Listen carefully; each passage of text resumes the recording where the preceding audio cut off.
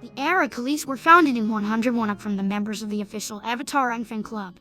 Aang himself taught the members of the group the ways of the Air Nomads and named them the Air Acolytes, rather than a mere fan club. Aang believed that the Air Acolytes had the hearts of the Air Nomads, and that for that reason, he would teach them the ways of the Air Nomads. In their earliest years, one of the main issues was finding the line between preserving the Air Nomad culture and appropriating it in a disrespectful way.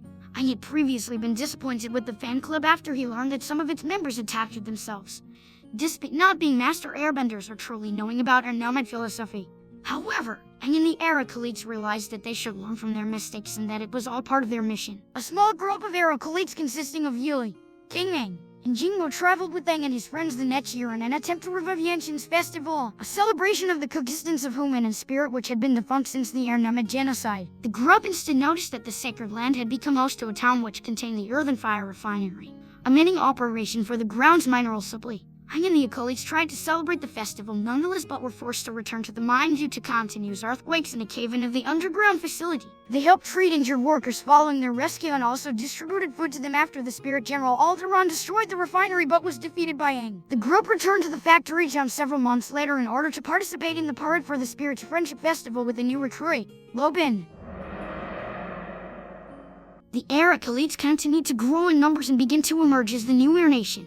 The new Fire Nation government sought to make reparations and tried to return Air Nomad relics, though many artifacts had been fully destroyed. The Air Acolytes searched for any relic or documentation on the Air Nomads that had survived the 100-Year War, and considered every piece of Air Nomad history to be precious. They also did their best to memorize how holidays were celebrated, stories told, and rituals conducted so that they could reconstruct the lost Air Nomad culture to the best of their ability, and did not have to fully rely on Avatar Aang's teachings. With the Air Acolytes growing in number in just a few years, some thought that the time was right to start making repairs to the temples. The Acolytes would eventually help Avatar Aang in restoring the 4 original Air Temples, and came to inhabit them as well as Air Temple Island, a new temple on a small island off the coast of Republic City. Devoted to restoring and maintaining the Air Nomads' history and beliefs, many Air Acolytes also became pilgrims, venturing between the Air Temples to increase their knowledge. Several Acolytes were on Air Temple Island upon Korra's arrival in 170 AD, and they later assisted Tenzin in reconstructing the 2,000-year-old airbending gates after Korra destroyed them during her airbending training. When Eiko Blin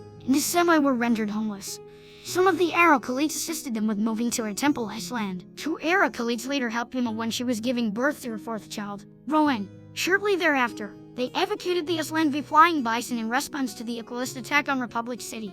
After harmonic convergence, non-benders across the other nations begin to manifest their bending abilities. The Air Acolytes works together with the new airbenders to form a new cultural identity informed by the Air Nomads past, but diverging from it at the same time. 2 weeks after Sahir and the Nomad Lotus members were taken down, the Air Acolytes on Air Temple Island attended Jinra's annulment ceremony as an airbending master.